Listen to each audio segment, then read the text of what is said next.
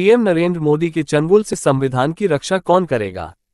क्या Rahul Gandhi, Akhilesh Yadav, Arvind Kejriwal, Mamata Banerjee, Lalu Yadav, Uddhav Thackeray, MK. Stalin अथवा इंडी गठबंधन में शामिल कोई अन्य प्रमुख नेता? इन सभी पॉलिटिशियंस को 4 जून का इंतजार है कि यदि उस दिन नरेंद्र मोदी के हाथ से सत्ता फिसलती है तो उन्हें अगला प्रधानमंत्री बनने का मौका मिल सकता है। अलग अलग विचारधारा का होने के बावजूद ये सब एक मंच पर आए हैं और उन्होंने देश से कहा है कि हम सब संविधान की रक्षा करने के लिए एकजुट हुए हैं, क्योंकि नरेंद्र मोदी के कारण भारत का संविधान और लोकतंत्र खतरे में पड़ गया है।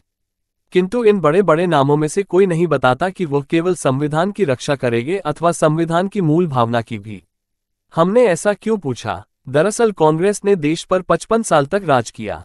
पीएम बनने के दावेदार अन्य विपक्षी नेता भी कभी न कभी सत्ता में भागीदार रहे, किंतु किसी ने भी संविधान के अनुच्छेद 44 को लागू नहीं करवाया।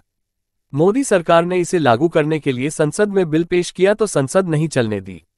ऐसे में जब इंडी गठबंधन कहता है कि हम ही संविधान की रक्षा कर सकते हैं तो उन्हें देश को भरोसा भी दिलाना पड़ेगा कि हम संविधान की पूर्ण रक्षा करेंगे, आधी अधूरी नहीं, जैसा कि पिछले 75 सालों से होती चली आ रही है। और इस मोदी को जब तक आप नहीं हटाएंगे, मोदी के विचारधारा को जब तक आप नहीं हटाएंगे, इस लोकतंत्र की रक्षा करने के लिए और संविधान को बचाने के लिए। जिनको याद ना हो उन्हें हम याद दिला देते हैं कि बाबा साहेब अम्बेडकर के द्वारा रचित संविधान की धारा 44 में कहा गया है कि राज्य भारत के पूरे क्षेत्र में नागरिकों के लिए एक समान नागरिक संहिता को सुरक्षित करने का प्रयास करेगा। समान नागरिक संहिता, जी हां, समान नागरिक संहिता यानी यूसीसी। जो राजनीतिक दल नरेंद्र मोदी को हराकर संविधान बचाने के नाम पर वोट मांग रहे हैं, उनमें से कोई भी नहीं बताता कि वो संविधान की धारा 44 वाले पन्ने को कब खोलेगा।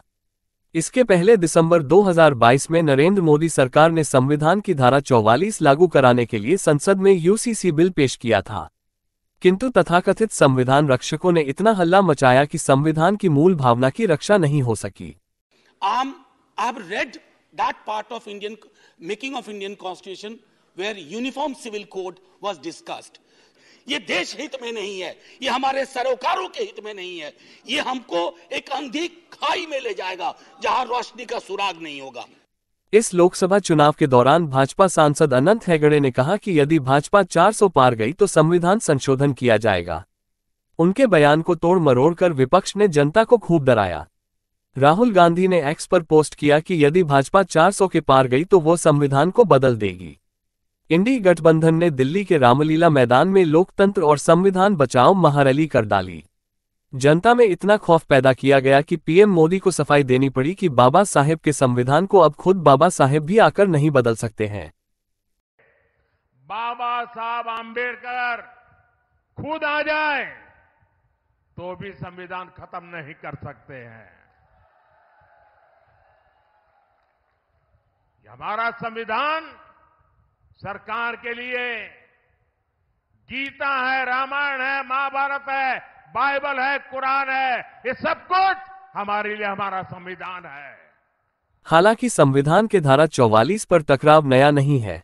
संविधान सभा के सदस्यों के बीच भी समान नागरिक संहिता को लेकर एक राय नहीं बनी थी।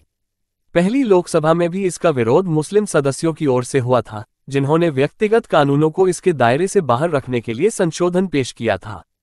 हालांकि समर्थकों का तर्क था कि देश की एकता और संविधान की धर्मनिरपेक्ष साख को बनाए रखने के लिए एक समान नागरिक संहिता महत्वपूर्ण है।